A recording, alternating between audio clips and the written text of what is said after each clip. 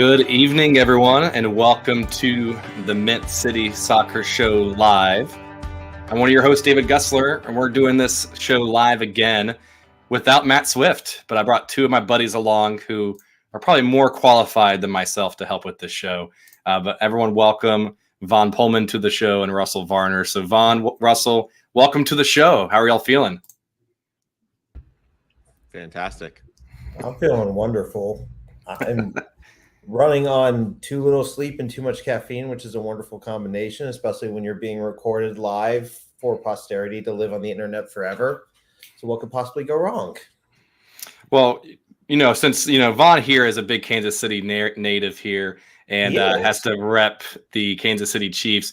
We're not going to do a soccer show tonight. We're doing NFL talk, right? No, I'm just joking. So, but Vaughn, if you want to do a quick plug, of the Chiefs, this is all your quick 30 seconds of fame, sir, to do this. Going for the dynasty. This is the dynasty year. Just so y'all know, he's a god. Just so y'all know, during the pre-show where we're talking before we're live, Vaughn said he's not too concerned about watching the game tonight because all he has to care about is the playoffs because they're going to go ahead and get to the playoffs. So, he wrong? No, he's not really wrong. Yeah, exactly. If I was him, I'd be that confident too. Well, it's also the AFC West. I mean, just look at that conference. Yeah, it's not that much, but enough NFL talk. We're here to talk real football tonight, fellas. So it's been a little bit of time. I know both of you actually joined Soccer and Coffee with me on Saturday this past week, and we got to do a pregame show of Charlotte Football Club versus Nashville. And it's funny. We were both talking about, what Charlotte could do. I remember pregame during that show. I was like, you know what? I'm okay with a draw as long as we don't go up and have an opportunity to win and walk away with 3 points and then drop the ball at the last second. And lo and behold, what happened, guys? We dropped the ball at the last second, right? Not going to lie. After my thought process of, damn it, is this happening again? My very next thought was, I wonder how Gusler is going to feel after he said that on the call earlier. It's deja vu all over again. We cannot stop shooting ourselves in the foot. It hurts. Like I've been saying over and over again, it's great that we're getting these points. These are very good points to get against very good teams. The problem is we have dug ourselves into such a hole that we can't be getting 1 point. We need to be getting all 3 points. So dropping these points over and over again is, it's not only just heartbreaking as a fan, it's really, really harmful for our playoff chances. Well, and we talked about it a little bit on the Soccer and Coffee. It's also the challenge of the sports psychology side of it, right? Like the players, I think, are struggling with that feeling of always you have a lead and it doesn't matter how much time is left. You still have that little seed of doubt that you could end up conceding. And the opponent has that little seed of belief that they're still in it. That I think is what is also like, we're so close, so close and coming up short consistently. So yeah, it was a really tough week between what happened at the end of the Orlando game and the Nashville game. And we'll get into the game here in just a second, but I have to show this comment here real quick. 1-1 looks a lot better when we score last. So that is very true in some regards. But let's get into the game a little bit. And as we do this show live, I know we dropped it in the chat just a little bit, but if you guys want to have some questions get answered during the show, we got two super smart individuals when it comes to soccer here in MLS.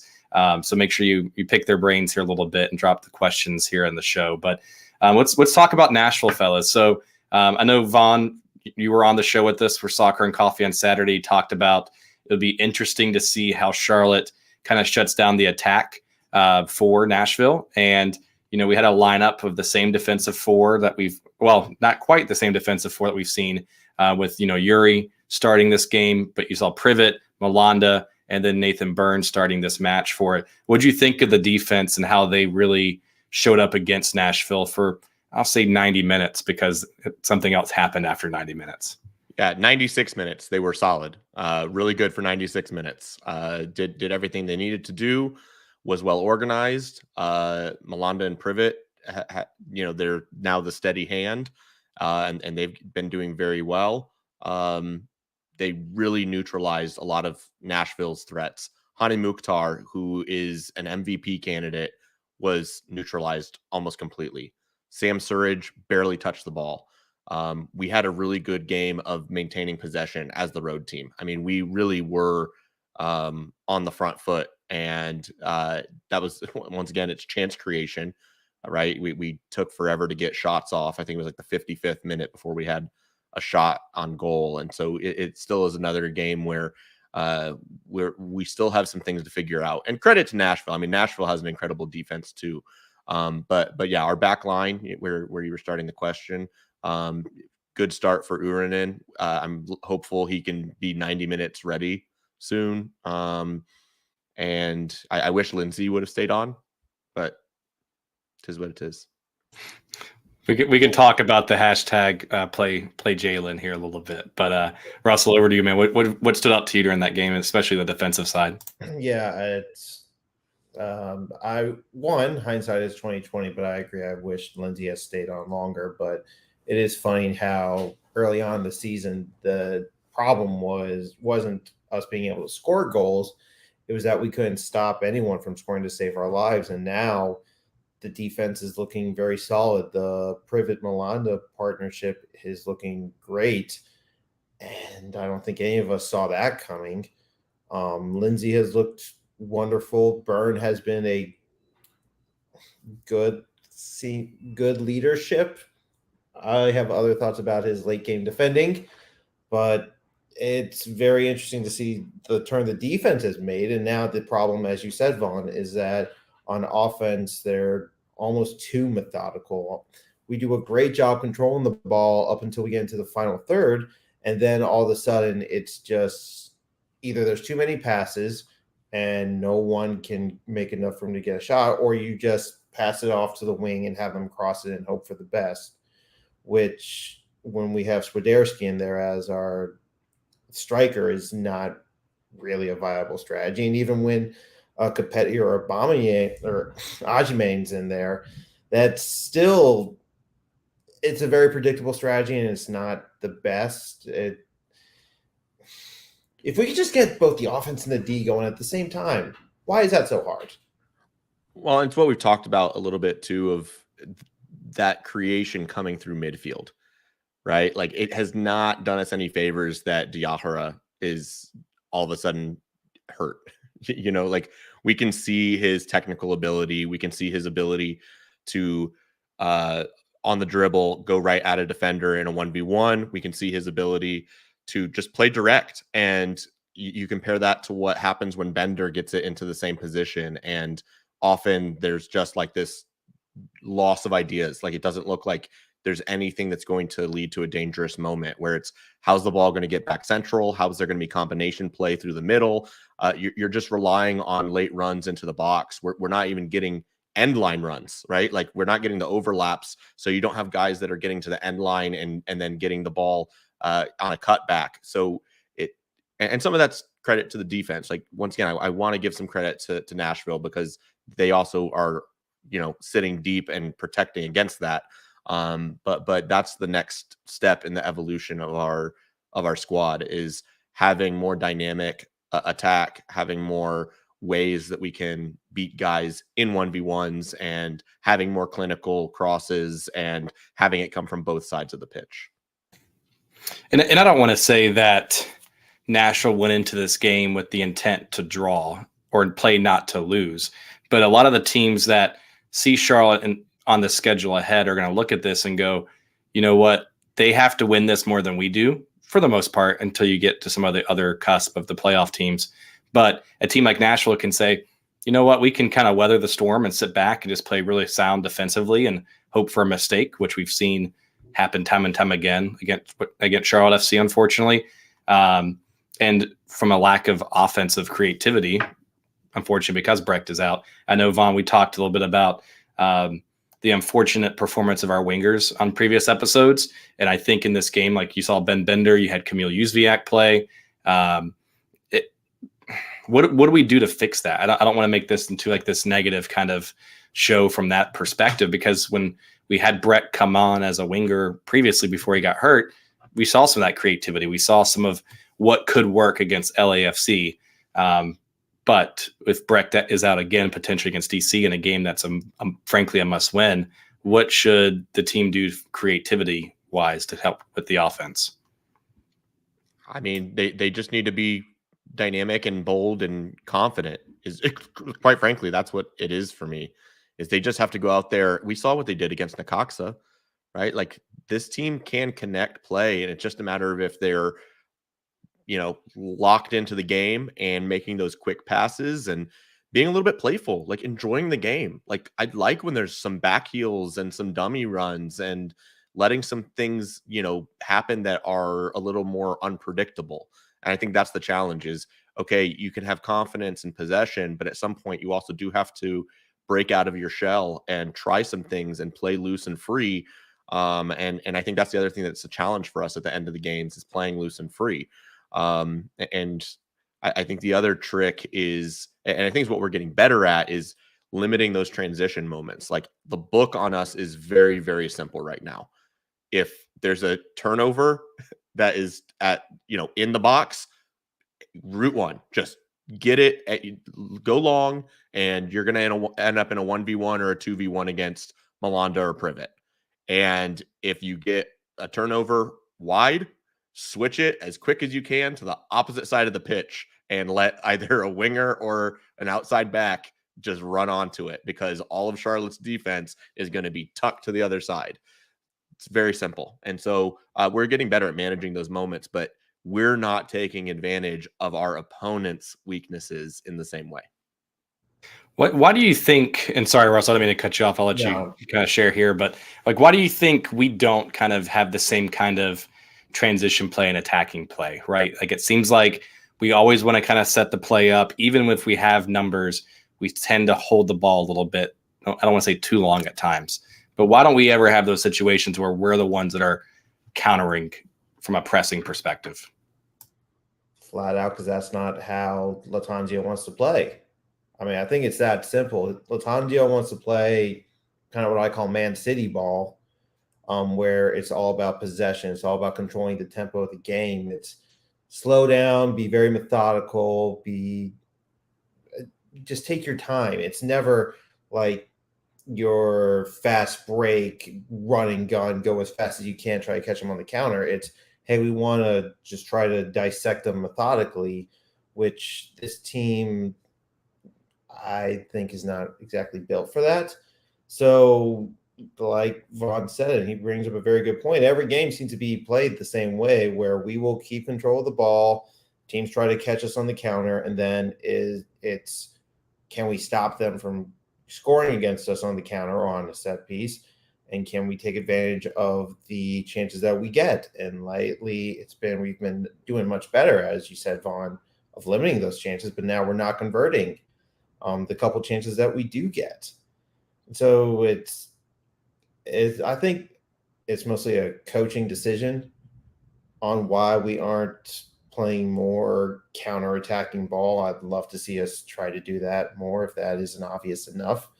But, I mean, it is what it is. The team is where they are, and they are playing better lately, so they are getting results. Just, again, they need wins and not draws. Well, and when you're trying to be a possession team, right, like, it's hard to counter when you're the one with the ball, right? So what we do a lot is we try to have counter pressing. We're doing better that when the other team has possession is we're pressing very high and very aggressively. And I think one of the things that we haven't talked a lot about that I think the team has gotten a lot better is our pressuring in midfield and forcing turnovers and limiting those transition moments. I was saying it for a long time, is you can prevent that danger moment just by preventing the cross and the switch of play from even happening. And I think guys are getting much better at that. I'm sure we'll talk about Malanda and Privet and like them being able to step up early in the season when we had our center back stepping up to a center forward that was dropping deep, or even when they were pressing to a midfielder. It happened over and over and over again where they were getting burned, where they didn't get there quite in time and the ball would just get released and they would just be totally stretched out of position.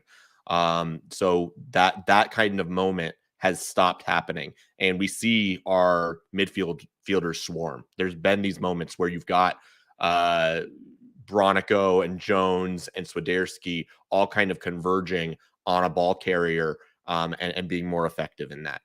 So that's, I think, one of the reasons we've had a little bit more stability lately is that our team positioning is better. Our organization on the pitch is better, and our pressing has been better. But why are we not, successful on counters? It's because we don't create a lot of those opportunity moments. Yeah, and you hit it there, Vaughn. I think the last few weeks you've actually seen stability in some of that pressuring and possession ball in the midfield, which is funny because we kind of expected to see Scott Arfield and Brett kind of start, at least a lot of people did, to help with that. But it's been back to Ashley Westwood, Derek Jones, Brand Bronico, the same midfielders we had at the beginning of the season, performing and doing that for us, right? But with a pretty significant wrinkle of Jones playing much higher up the pitch. Yes. Yeah. Jones looks like he is in some weird positions lately. He's playing total football, man. He's swarming the ball. It's like huddle ball. He's just going where it needs to go and going from there sometimes. It's very funny because it's very reminiscent to me of like the early 2000s AC Milan when they had the midfield of Ambrosini, Gattuso, and Pirlo. They just had Pirlo sit in the back and pass the ball anywhere, and then had Ambrosini and Gattuso just play cleanup and just take care of everything defensively. And it feels like that's what they're trying to do now, is have Westwood play further back and just try to distribute and play point guard, and then have Brandt and Derek Jones just go ham.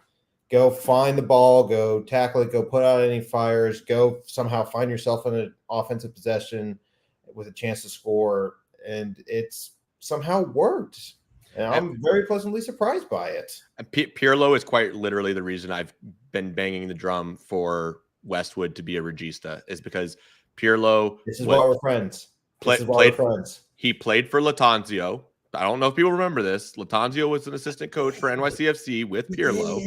And Pirlo is one of the world's greatest registas of all time. And it works. And Westwood is way more mobile and way more athletic than Pirlo was in his NYCFC days. It's night and day.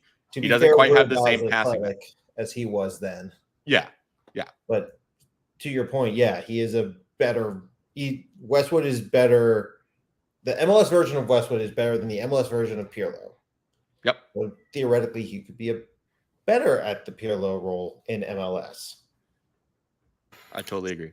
So speaking of Westwood, Westwood T-Gang joined the show, and he was a little confused because he wants to know, did he join a Chiefs and Lazio video pod by mistake? So apparently Russell's the only one that got he's the only one that got the memo that we're doing a Charlotte FC talk today. So I came prepared. I can go put on a Dodgers jersey so that we can just get a bunch of random sports and random teams represented.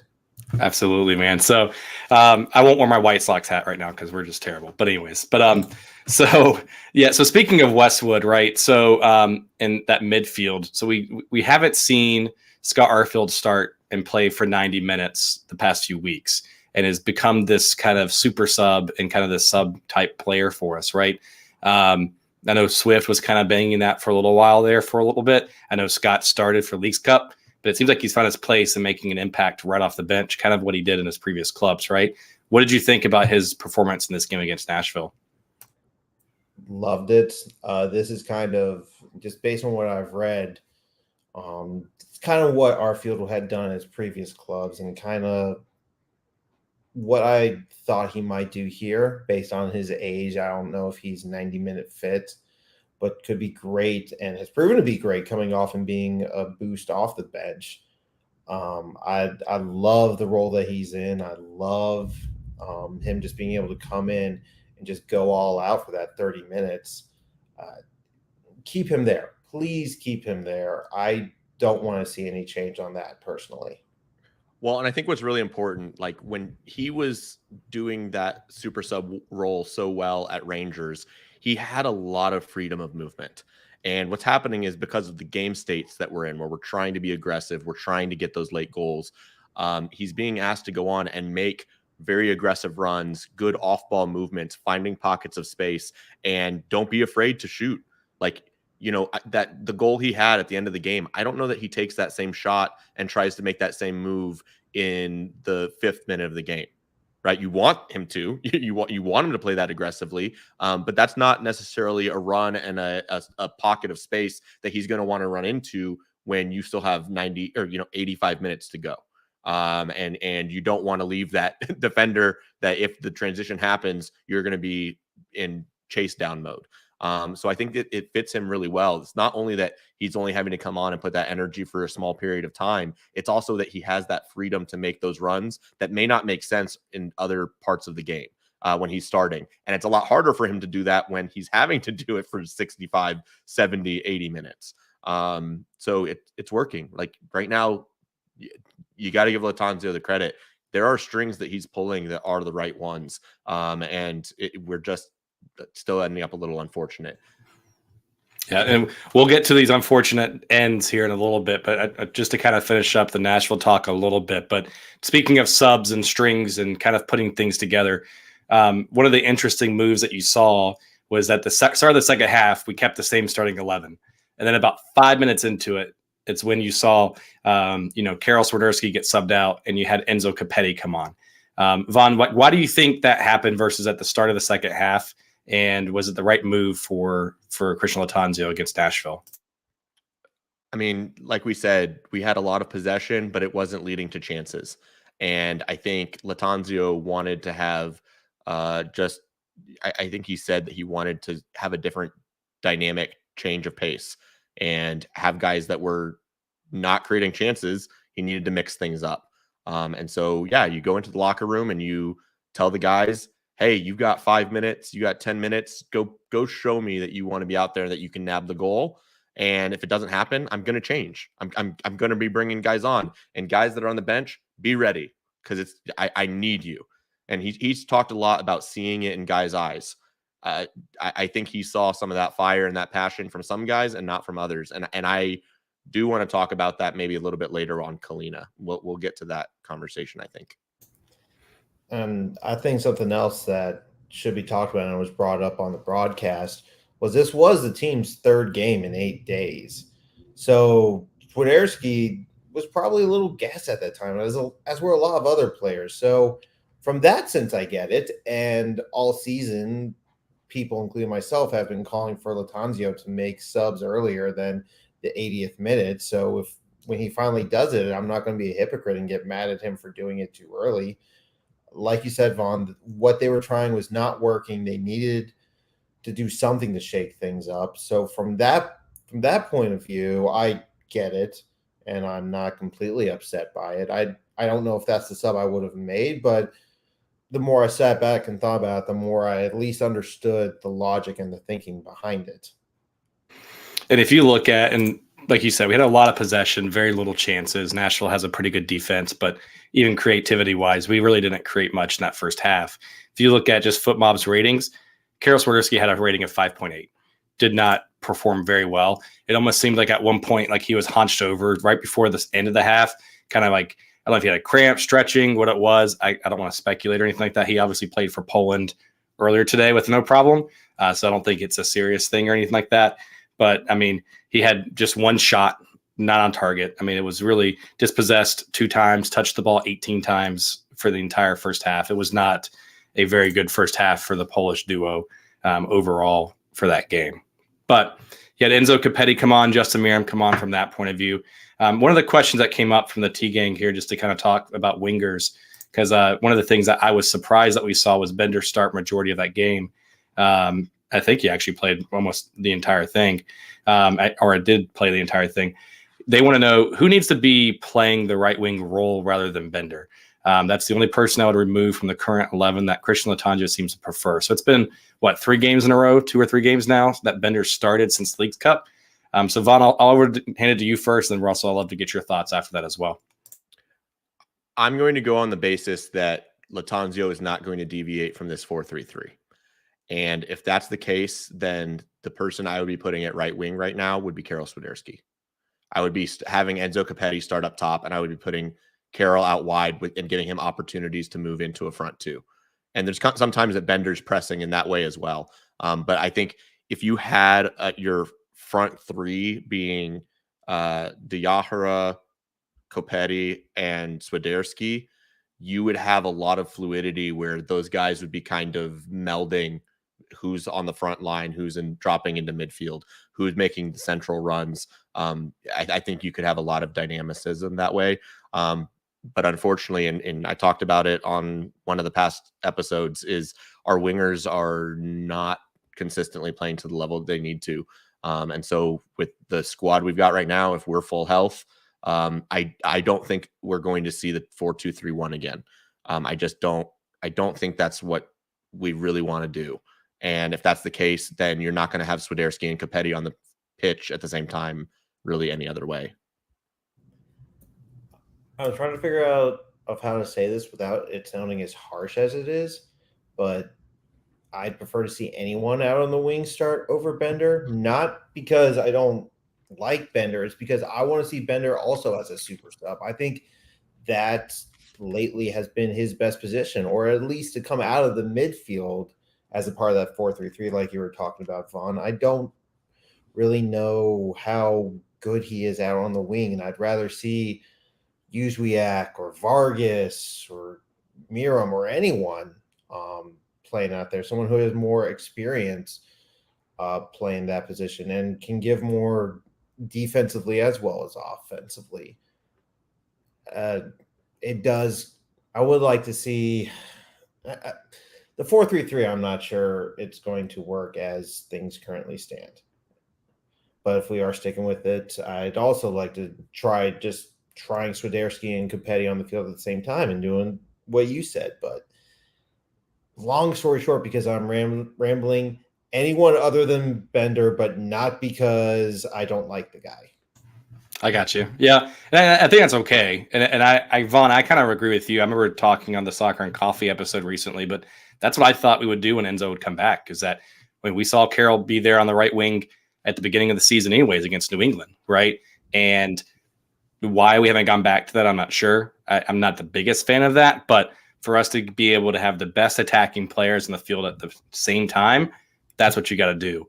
And with Breck recently, you saw the creativity and the fluidity that you saw and what Christian Latanzi wants to see, of where you can have a winger pinch inward and be able to create and keep possession and try to press against LA, right? And then you had players step up and fill in that back role. I think Carroll can do that from the wing position as well. He's not going to just be up and down on the corner the entire time. He can pinch inward as well. So that's why I kind of want to see moving forward. But I don't know. We've all been clamoring for consistency, and what do we get? We get consistency. So, I guess we can't have our cake and eat it too. So looking at that second half, other than the goal from Scott Arfield, which was a pretty nice goal for us, went up, thought we had 3 points in the bag.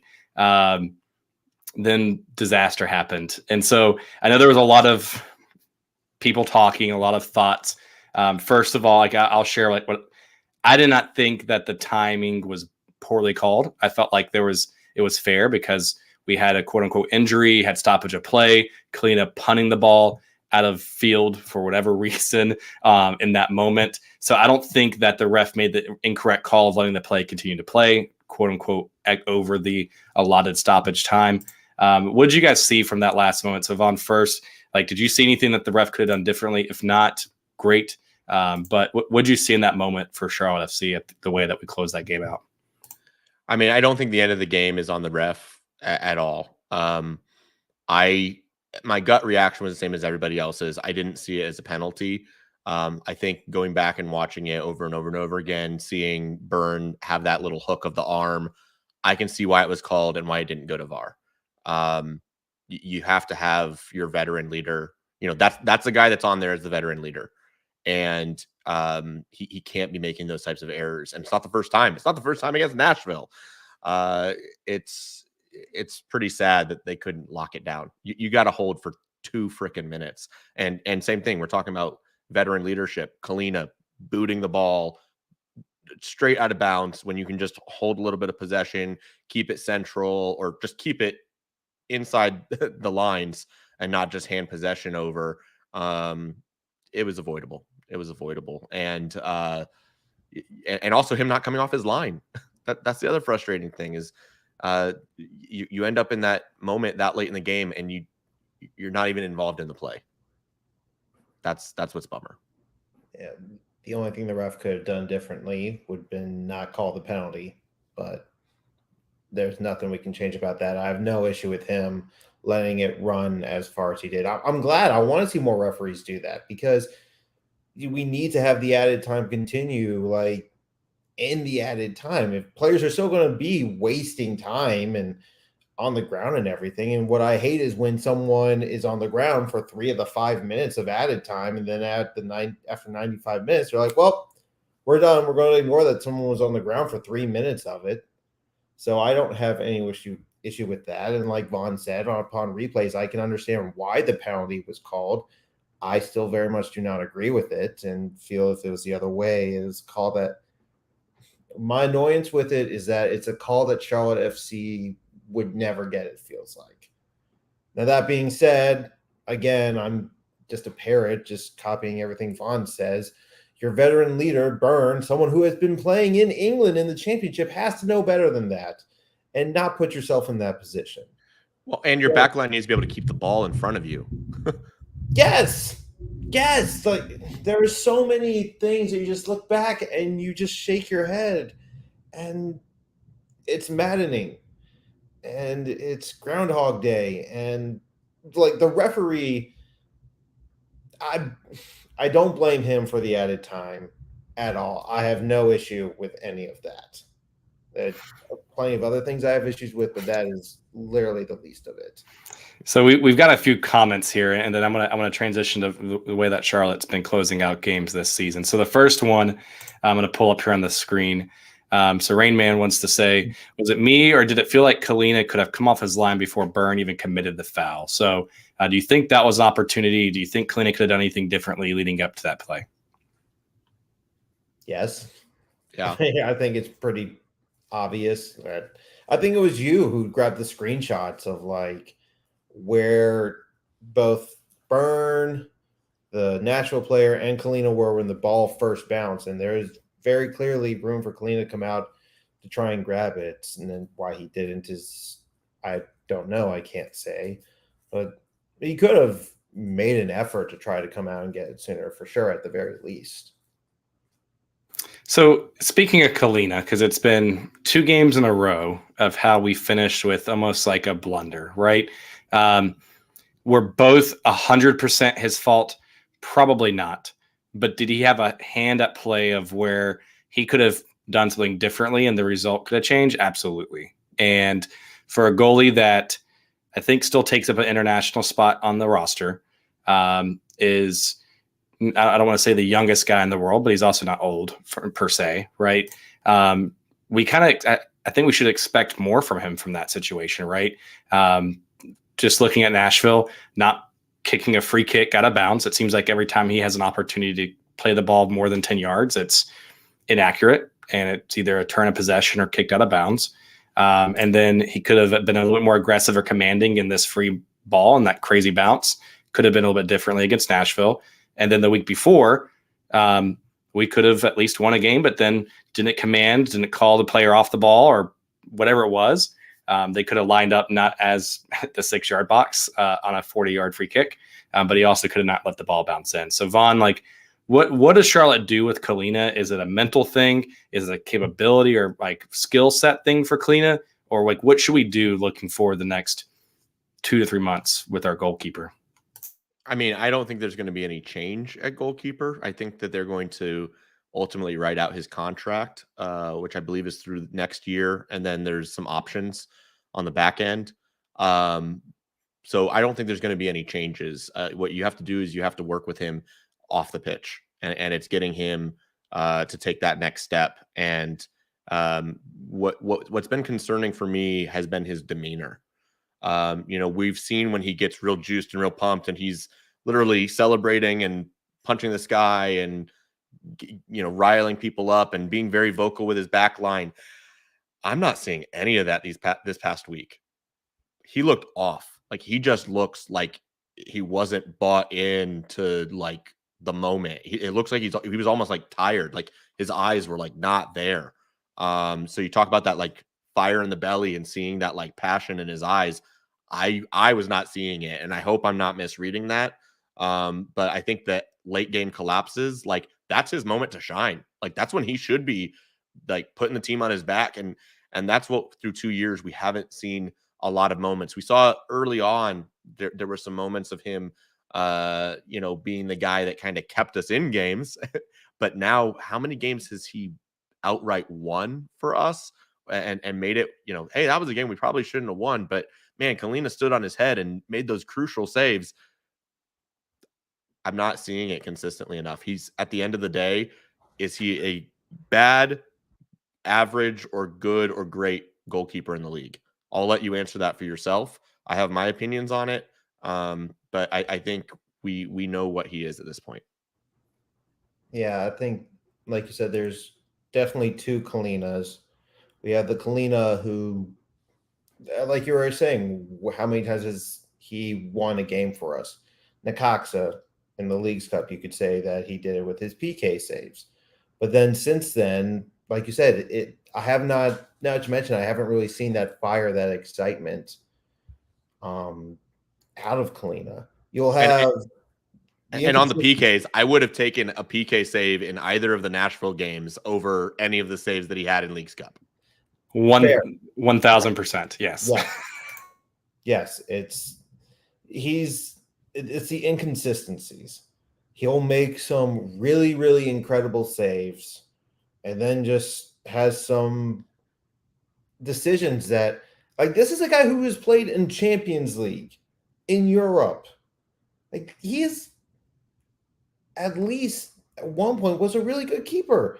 And then just, I'm not sure what has happened here. It's just something is off. I agree. I still think he's the best keeper on our roster right now. And so I don't think we should have a change at goalie, but something just, it's not the same Kalina that we had at the start of last season when it really did feel like he was standing on his head and kept us in games single-handedly. Now it's kind of like you're looking for him to refine that or regain that form. And that's not what you want at this point in the season when you're in the middle of a playoff hunt. And if Swift was here, he'd be saying he needs to command his box better. Like that's really what it boils down to is, getting the ball out of there. Just either being strong in the air and picking it out of the air, or ultimately just controlling anything that comes near the 6-yard box. You got it. And when the ball is past midfield, anything that gets close to the top of the 18, you've got it, or you're organizing your guys in front of you so that they've got it. And we're just not seeing that. And there's even a moment in this game where you saw Malanda like beckoning, begging, calling Kalina, dude, come off your line, come off your box. I need you to get this ball and clear it. It shouldn't be that. It should not be your center back who is 21, 22 years old commanding your keeper who has full view of the field to clear the ball better in those moments, right? So, and like in the Orlando game, the free kick, like that is unacceptable. You can't, like, same thing. It's either Burn or Kalina. Who's culpable, Burn or Kalina? And we're talking about Nashville. Is it Burn or Kalina?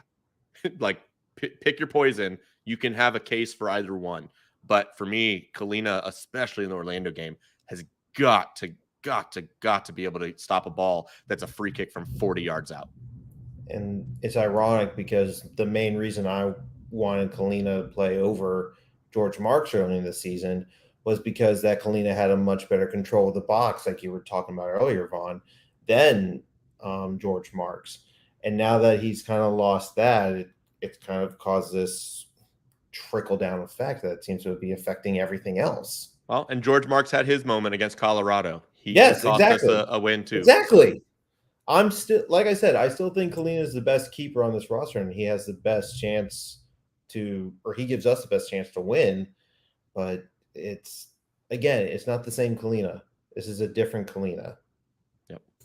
So speaking of Kalina late games, etc., right? So I'm going to pull this question that came up pretty early, and I know this might be a loaded question, so we can spend as much time on it as you want. But so Dino says, what needs to change for the team to be able to close out games? So earlier today, for those like behind the scenes, we had a little group chat, and I sent this Reddit post that has every late game goal that has cost us 3 points this season, and it's a pretty depressing video to watch. If you get a chance, go on Reddit, go on the Charlotte FC subreddit, and you can see it there. I didn't click the link. How long was the video? No, it's a decent amount of time. So I know Vaughn watched the video for us. So I've got the stats ready to go here. All right, so Vaughn, all you, buddy. Let's talk about Charlotte FC not closing these games. Yeah. I mean, we have had so many late goals that have totally changed the narrative for the club. We have had 8 points dropped in the 88th minute or later. And a lot of them have been at home. 89th minute, Henry Gusler versus New England in the opener. You had the 91st minute Barrios goal on Marks' error against Colorado. That was 2 points because that should have been a win. You had the Nashville game where Hani Mukhtar had the 93rd minute PK. That was Byrne tackling Schaffelberg in the box. You had this recent game for Orlando where we had the 88th minute Ojeda long distance free kick. That turned the game from a win into a draw. And then you had at Nashville, Nathan Byrne fouling McNaughton, Hani, PK again. Those games do not include 8 to 9 points that have been dropped in other blown leads that we've had. Many of those have been on the road. Our struggle on the road. We had the loss at St. Louis, where we had the lead to start the game. We had the loss at RSL, where we had the lead to start the game. We had the loss at Philly, where we conceded in the 71st minute. We had at New York Red Bulls, where we were up 2 goals and let them come back into the game. We had the game at NYCFC, where it ended up being a 1-1 draw with an 81st minute Kufre goal. And we had the game versus FC Cincinnati at home, where we also had a 2-goal lead that we squandered. There have been so many opportunities for this season to go differently. It's so painful to hear all of that. And the sad thing is the tide on the other side of the fence of us having those moments. 2 of them have been our field recently, right? Getting the LAFC goal and then this recent Nashville game. But outside of that, you've got the Chicago game where Cambridge scored 2 goals to have a come from behind win. And you had Ajimong's 89th minute equalizer versus Seattle. That's it. Well, we're going to go ahead and end the show there and just have that to be the depressing. And I'm just joking. So Vaughn, like, what fixes that? So is it coaching? Is it players? I know there's obviously a mental game at play here because there's a mental block for you to concede that many points. Just to kind of put in reference point right now, we're at 11th in the table in the East right now with 31 points. Even if we got those 8 points, right? And that's not me changing the games and the points from these other teams that could be moving down because of the change in result, we would be in 8th place right now, 1 point behind Nashville in 7th, right? And that's including Nashville's current point standings. Well, and Nashville would be below us Correct. If we had those results against them. Yeah, right. And so that's where the impact could be. We could be talking about a 5th or 6th place team in the East versus an 11th that's just scratching to get into the playoffs at the last 2 months of the season, right? So I don't want to say who's at fault here, but like what is it and what does Charlotte need to do to get that funk off to be able to move forward from this? Because I thought we had a moment there with Scott, right? Scott had a late minute goal, 90th plus minute. We could have been 3 points against LAFC, a draw against Orlando, and 3 points against Nashville. If you told me that a month ago, I'd have been like, no, there's no way. Absolutely, we're cooked, right? But how different would the feeling be for the team right now? To me, the biggest thing is we're just not a lockdown defense team, right? Like we don't play pragmatically and lock down games. We should be able, like any defense in this league should be able to have a lead for 5 minutes and hold it. Like you should be able to sit back, bunker, and just hold, like absorb the pressure. And we can't do that. So it's mentality. It's getting better as a lockdown defensive team, being able to play physically, being able to win those 50-50 duels and having complete buy-in across the entire roster. That's step number 1. And just being able to tighten the screws on a team. Because the other thing that is a crazy stat is how many of our games are all 1-goal results, where it's either a draw or decided by 1 goal. 20 of our last 26 games have been decided by 1 goal or less. 20 of the past 26. And those 6 games that didn't go in our favor, or that were multi-goal games, 5 of those were us losing by 2+ goals. So outside of the Atlanta game where we were at Atlanta, that was the 3-1 result. Every other game has been decided by 1 goal or us losing by multiple goals. So, and to me that, and Russell, I'll hand it over to you after this, but to me that signals, even if we make the playoffs, even if we somehow find a way to get bumped up to 9th to have the play-in game, right? To me, that means Latanzio's gone. You cannot have that many games decided by just 1 goal. You cannot have that many games where you just forfeit 3 points on a last-second goal, right? Like, to me, that's what signals the change for me at this offseason, even if we make the playoffs. Tie it back to American football, like we started off the show. David, did this not sound exactly like Matt Rule with the Panthers? Word for word, the team struggles in 1-score games. Like, the team was won 1-17 in 1-score games or something like that. At some point, It was really bad. Yeah, at some point that does get on the coaching, like you said. Like, you would think that eventually you're going to catch the breaks, but at the end of the day, you need to put the blame somewhere. And coaching, I think, is where it would go in this situation. You need a clean slate to kind of try to start over with that mentality. And it's the spin of it. It's a matter of how you look at it, right? Yes. Like, he's trying to change the mentality and get over the adversity that this team has faced. We've talked it to death. There has been so much this club has had to face, and you can look at it positively one of 2 ways. You can either say, hey, this team has results in 12 of their last 14 games. That's a step in the right direction. We're scrapping out results. We're getting draws last year when those were turning into losses, but we're also having these games that are dropped. But the inverse side of that, if you want to spin it, is you say, well, we also have 1 win in our last 11 league contests. And, we have to win 4 or 5 of our last 8 to be able to make the playoffs. Odds don't sound great when you spin it that way. You know what I mean? Like, the question is, how does this team dig deep? How do they take that next step? How do they say, hey, it doesn't matter what happened in the past. That's in the past. We've got to move forward and let's galvanize. And, last year it was them saying, hey, we've got a 5-game season. Let's go and kick tail this final 5. And we saw a positive progress. We saw more danger. We saw way more goals. We saw us put up 4 against a good Philadelphia team. Maybe we need to do that over our last 8. And then maybe we're rolling into the playoffs with some momentum and we're saying, hey, we've got results in, 18 of our last 22 games. That would be fantastic. Hopefully that's the way that we can spin the narrative. Yeah. And there's something to be said about the veteran. There's something missing from the leadership on this team too. Like you were talking about earlier with Byrne and Kalina. Westwood, I've seen out there always trying to cheer the guys on, saying, come on, let's finish it up. Let's finish it up. But when you think about it, he's really one of the only ones that at least I can think of off the top of my head that's out there doing that. You don't really see that from many of the other players. And maybe that goes into it as well, is that you don't have some of the other veteran leaders, whoever the leaders in the locker room are, coming out and kind of cheering the team on, trying to push them across the finish line.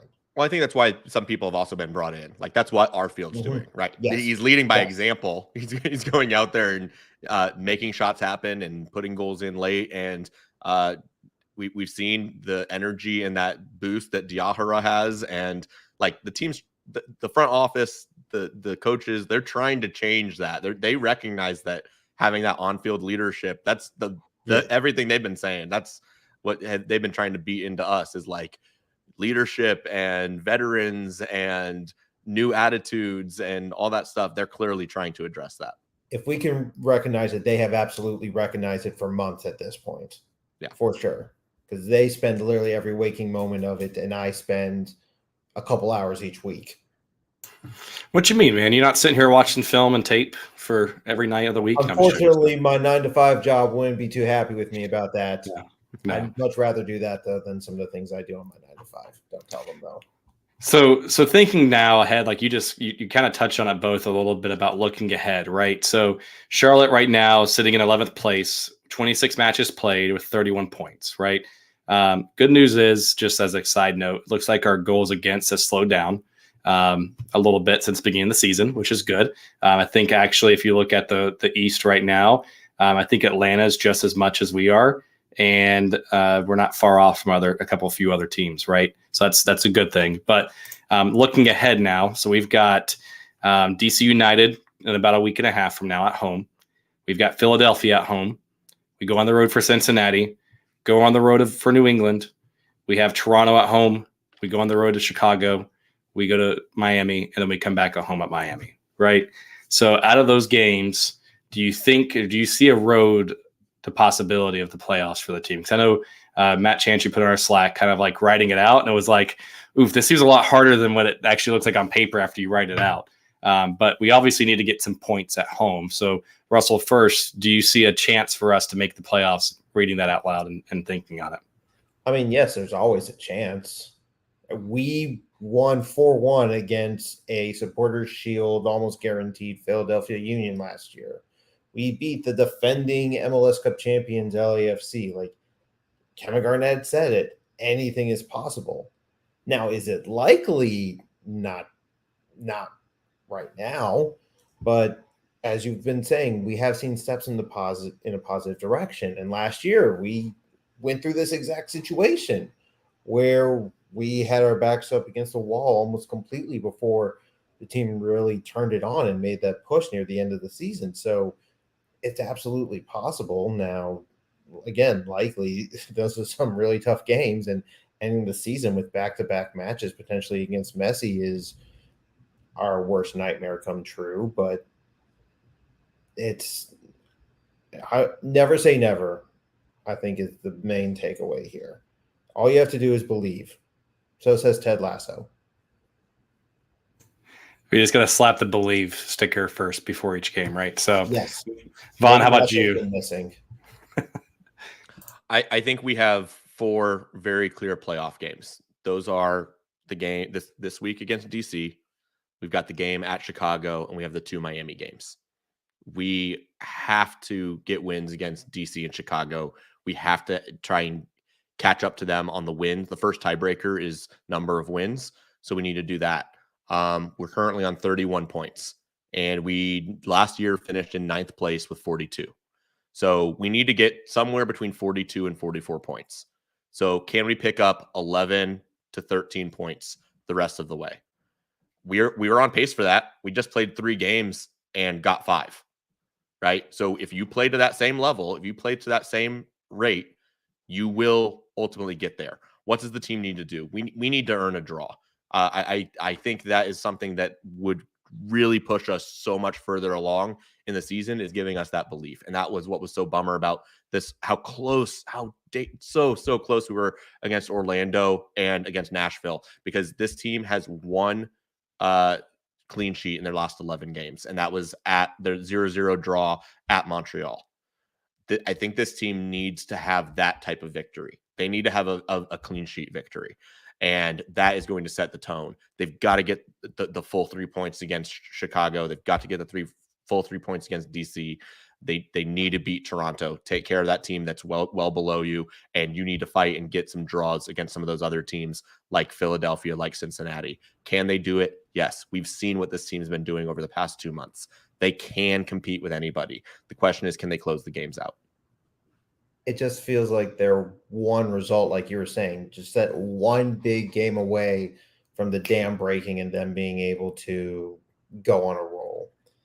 And again, that's just what makes those not losses, but dropped points so painful, because it felt like we finally got over that hump. We finally figured it out. We're finally going to be able to close out a game, and then to just drop the ball once again. And they just need one break to go their way, one break, and then that belief is there, and then it just feels like from there anything is possible again. But it just has not happened yet.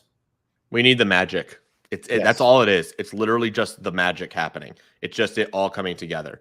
We've got the pieces. We've got the guys. This team can compete with anyone, and we can be dangerous even in the playoffs. I really believe that.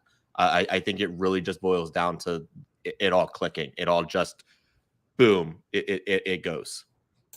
Yeah, I mean, I think you saw it, right? We could have had 9 points against 3 playoff teams: LAFC, Orlando, Nashville, right there, right?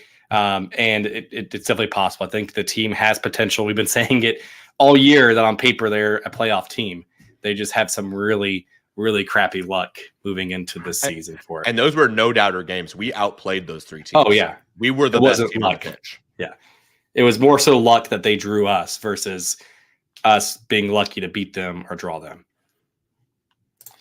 Awesome, guys. Well, I'm going to pull up some questions here from the chat because I know we've had a few good ones here. So this is a good one here. So this one again is from Rain Man here. So starting Burn and Lindsay is guaranteed points every game, right? So would you guys, if you're looking ahead for this next game against DC, do you start Yuri? Do you start Jalen? Do you start Nathan? What's your starting right back and left back moving forward?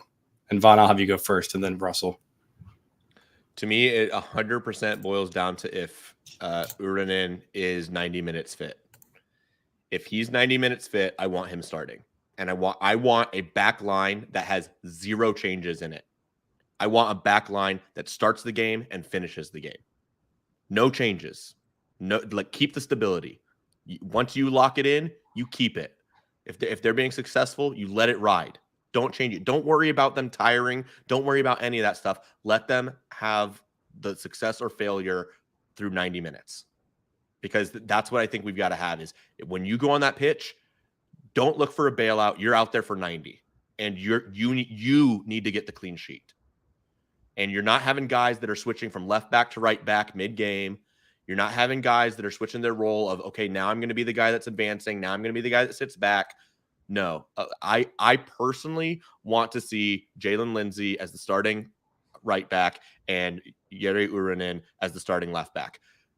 I'm going to get on my soapbox for 1 minute about Jalen Lindsay. All you. Jalen Lindsay is a top 5 right back in MLS right now, and he's not getting the recognition for it that he should be getting. Statistically, go look at it. He is there. Defensively, his shortcomings are not leading to us conceding goals. He had 1 bad game where he got beat twice. But by and large, he is not a liability on this team. He has been an amazing player. You go put him up against other MLS players that have had U.S. men's national team call-ups, he is right there with them. He is better than Shaq Moore in MLS, period. End of story. You've got Brooks Lennon. You've got Brandon Bai. You've got maybe one of the Nealis brothers. That's it. There are not any other right backs that I would start over Jalen Lindsay right now. And right now, for some reason, even our head coach will put Nathan Byrne for his veteran leadership on the pitch over him at right back. I don't get it.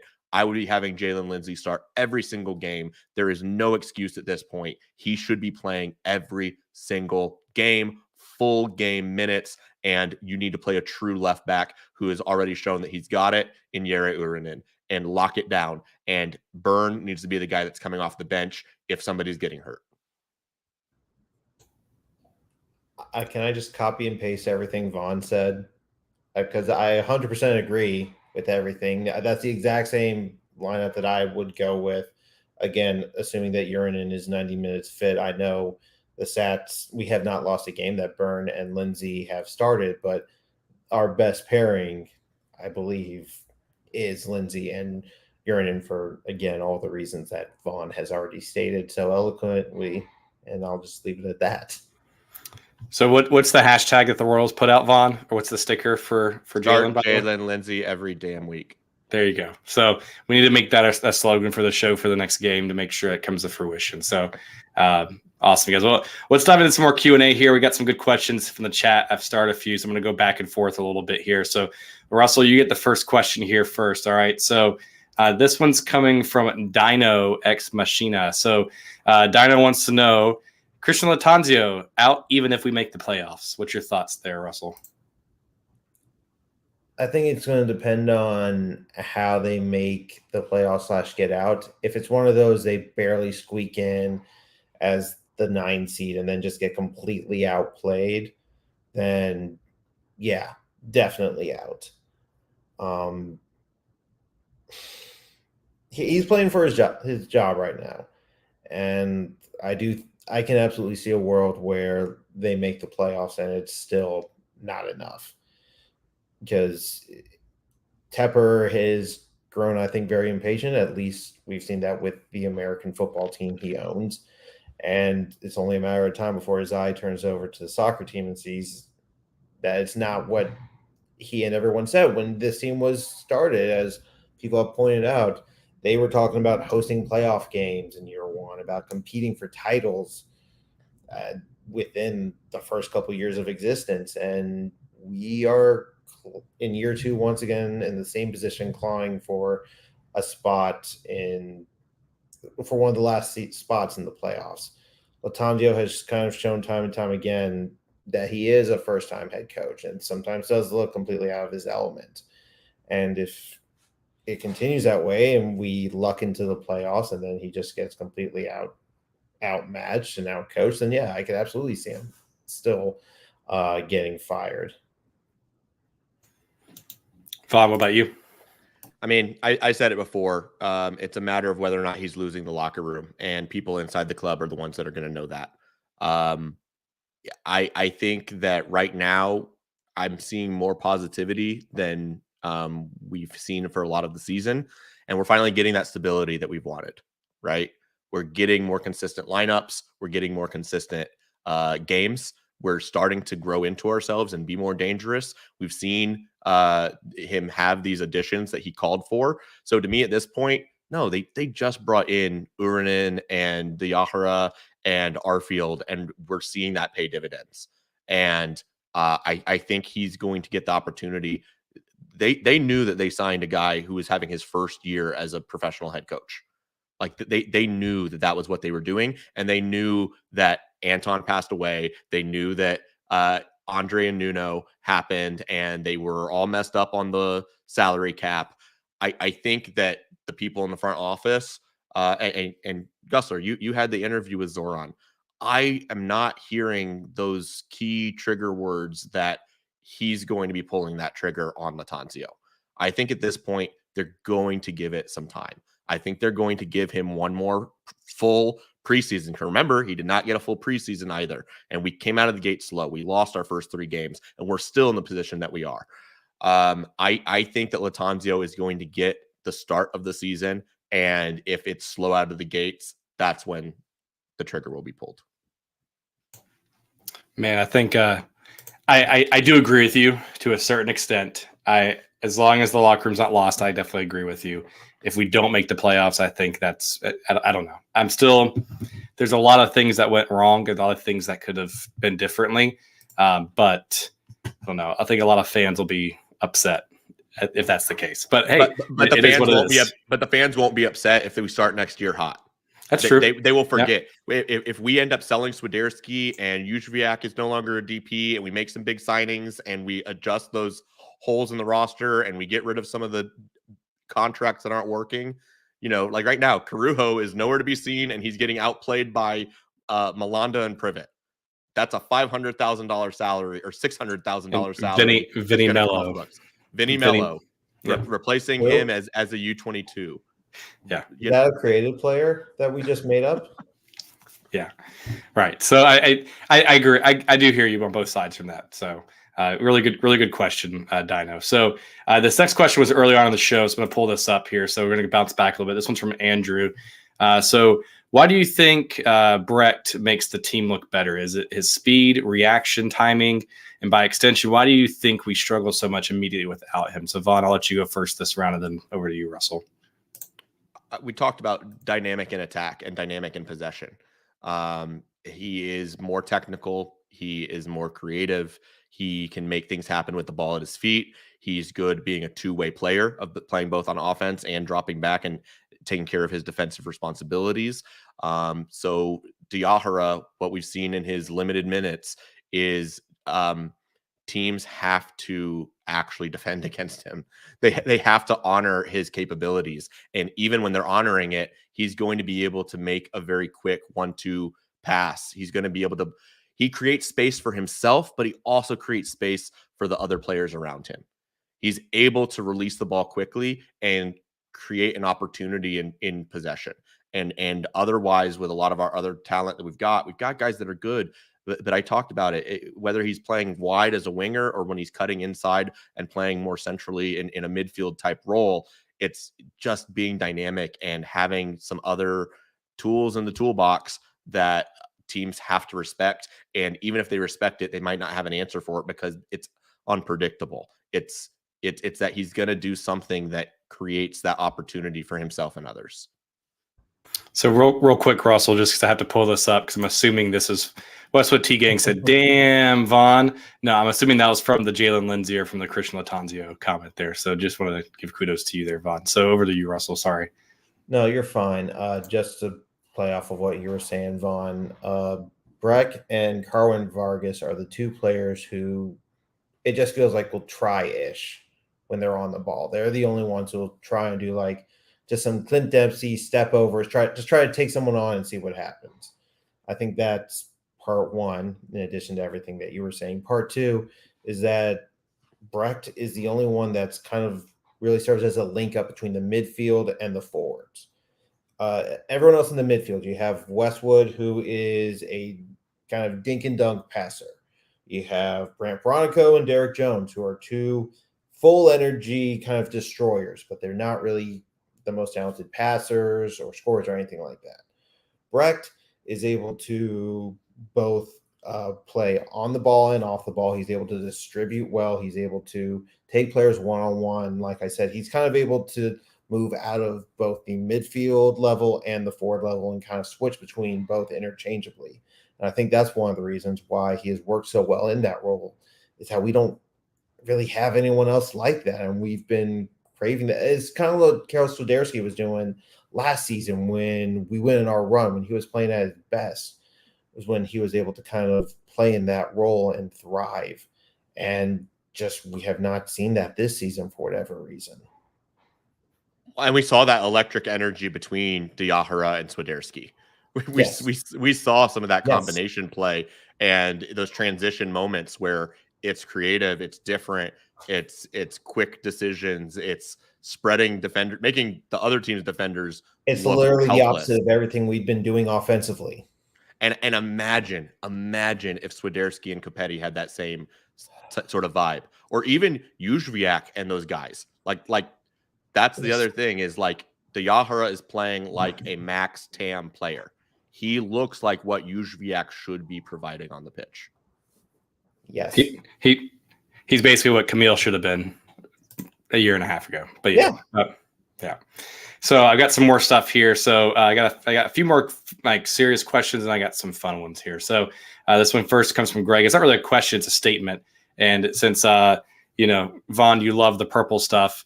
Pop-Tart kit is batting 1,000, right? So should we continue to wear purple? Russell, what's your thoughts? I mean, numbers never lie. It's simple as that. Keep working it until it doesn't work anymore. I'm ready for our super jersey, the purple and mint. With our powers combined. The world is not prepared. It would look hideous. Oh, yes.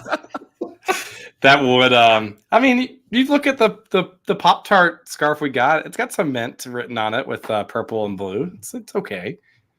But no, it would still sell great. It would look awful, but it would sell great. It would be like those weird custom jerseys people make on FIFA and Madden, you know what I mean, that just look horrendous, yes. But yeah. So another one comes from Dino. So Dino says, what are your steps to success the remainder of the season? So Vaughn, you go first here, and then Russell, you go next. Get and stay healthy, number one.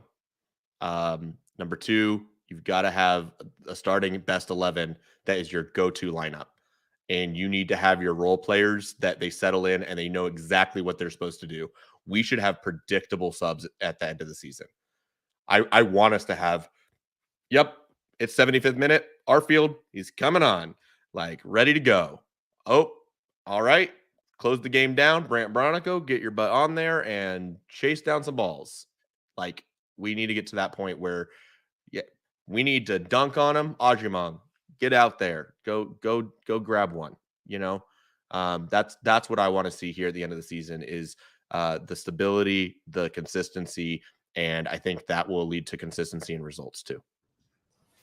I want to see a consistent identity and just starting to build a foundation of something moving forward, because it feels like the last year and a half has just been us trying to figure out what exactly we want to be and what we want to do. And I want us to finally be able to say, okay, this is what Charlotte FC is. This is what we do. And to be able to do it well, to be able to succeed at it, and maybe even throw some of the young kids in there. Let's see some more of the guys from Crown Legacy who are absolutely thriving. Let's get Brian Romero or the other guy who got called up to the national team, whose name I will dare not pronounce because it is scary. Nymphasia Berchimas. Thank you. This is why you're here, Vaughn. Let's give him a call. I'm so glad that Vaughn said that, not me. You and I would never.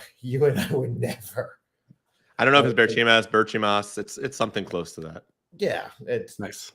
I believe it's correct. But yeah, maybe give those guys some run. See how they do. I want to see more than just us trying to figure things out on the fly, because it still feels like we are.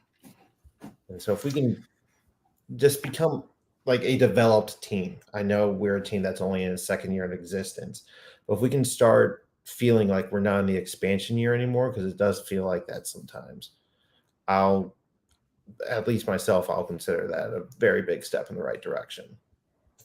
Got it. So you guys ready for some fun questions? Yes. All right. Yes, So this please. first one, it's maybe a question / statement.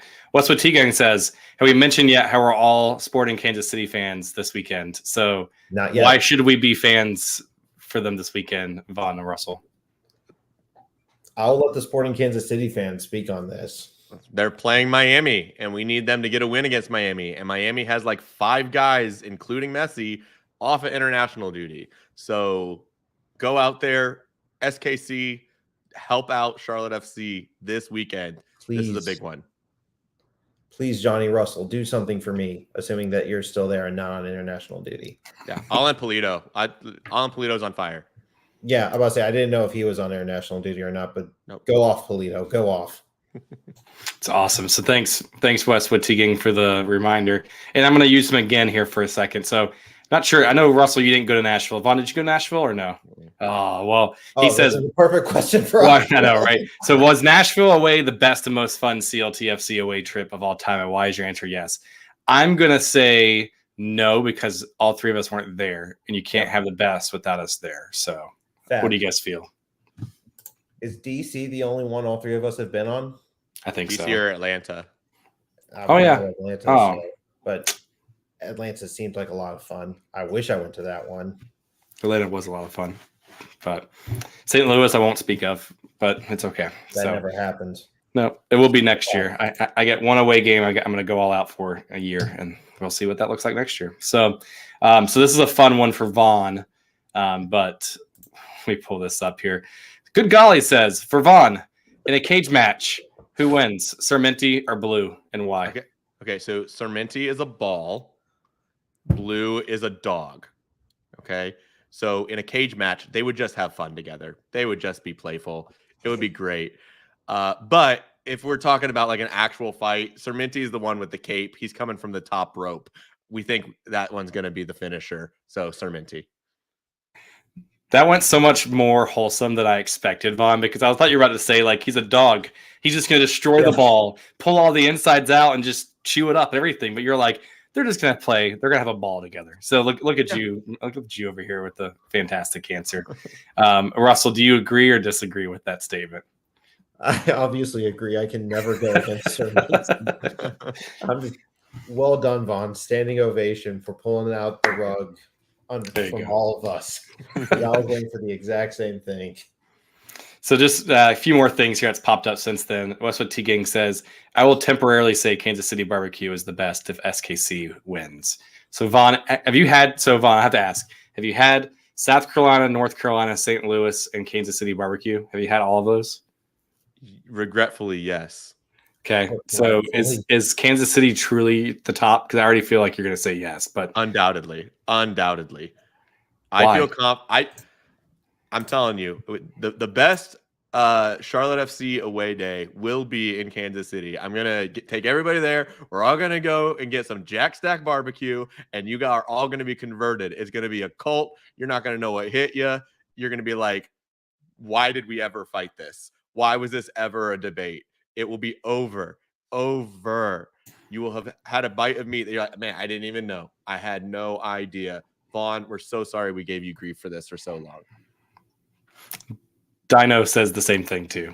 So I will say, when I went to St. Louis and I had the ribs there, those are probably the best ribs I've ever had in my entire life. But I still think North Carolina barbecue is better overall. South Carolina can kick rocks. It's terrible. South Carolina barbecue is not barbecue. Yeah. Blue would take a bite out of KC barbecue before he would take a bite out of Minty. Look at you, sir. So look at that. So that's good. So I've got one fun question for both of y'all before we have a little quick word of our sponsor and finish the show. But I put a tweet out earlier and I tagged Tom Bogert on it, and he actually responded. It said, if all the MLS mascots had to compete in goalie wars, why would Sir Minty win? And like, why is that the best answer? Right. That was my response. And Tom Bogert said he was scared to reply and all this stuff. But in all honesty, out of all the MLS mascots, who would win goalie wars if you had to think about that for a second? I mean, and you could say Sir Minty. You could say Sir Minty is a ball. I mean, once again, he Yes. is a ball. Like, that's kind of his job, to like find the back of the net. I'm also trying to think of other MLS mascots. I mean, Rapid Man is pretty freaking crazy. I mean, He is. I'm not even sure if I even know what that is, but that's okay. Everyone listening to this right now, go Google Rapid Man. Can we say hit yourselves? Can we say that Rooney is DC United's mascot just because he's kind of like Shrek, but he can go out there and do that. So there it is. We got our one Shrek reference. And there you go. I can do it with him. Cosmo with the Galaxy. Atlanta doesn't have one. That creepy lion. It's a golden spike. Yeah, the creepy lion thing that Orlando has.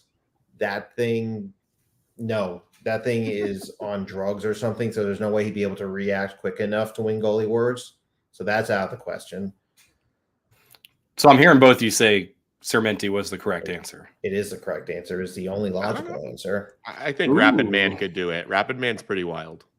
Rapid Man is the only one who could give him a run for the money. Yeah. I will have to look him up later, and I'll tweet Tom and see if he agrees. So It will haunt your nightmares or dreams, just to warn you beforehand. Awesome. Well, Westwood T Gang says anyone but Orlando. So I agree, anyone but Orlando. But awesome, guys. Well, just as a quick reminder, so just behind the scenes, Corey Ensko, producer extraordinaire, says, "Holy crap, Rapid Man is terrifying." So he agrees. Yes, you were warned. That is all I will say. Rapid Man has that little bit of like goalkeeper crazy. Rapid Man has that goalkeeper crazy. Yes, he does. And Good Golly says Rapid Man is aided by drugs. So, now you guys really have piqued my interest, and I will be pulling this up here shortly. But on that note, I have to just give a quick plug in for our sponsor. So I know Vaughn, Russell, you guys haven't had to do one of these, and not to put you on the spot, but do you know who our sponsor is? Oh, Vaughn, you did. I'm sorry. Yeah, you're right. But do you know who our sponsor of the show is? Are you still asking me? Yeah, either one of you guys. Revolution Goalkeepers, right?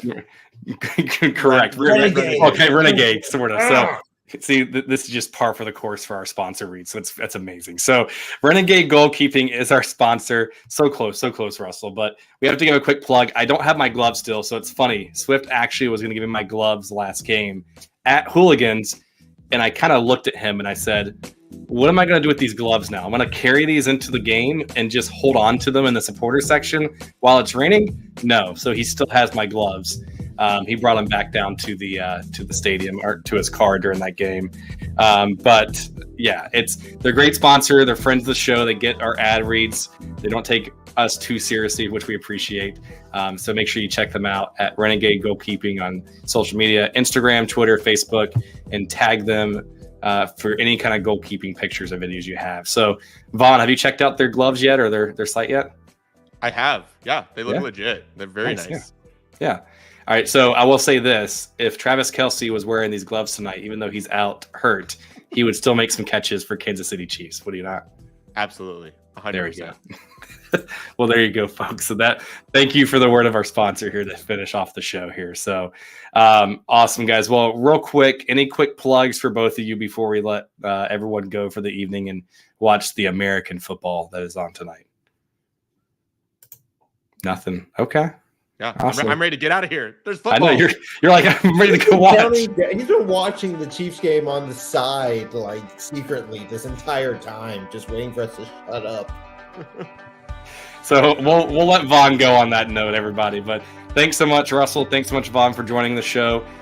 Swift would be proud we did not burn it to the ground. So we appreciate you guys joining. And on that note, everyone have a good night, and we'll see you next week.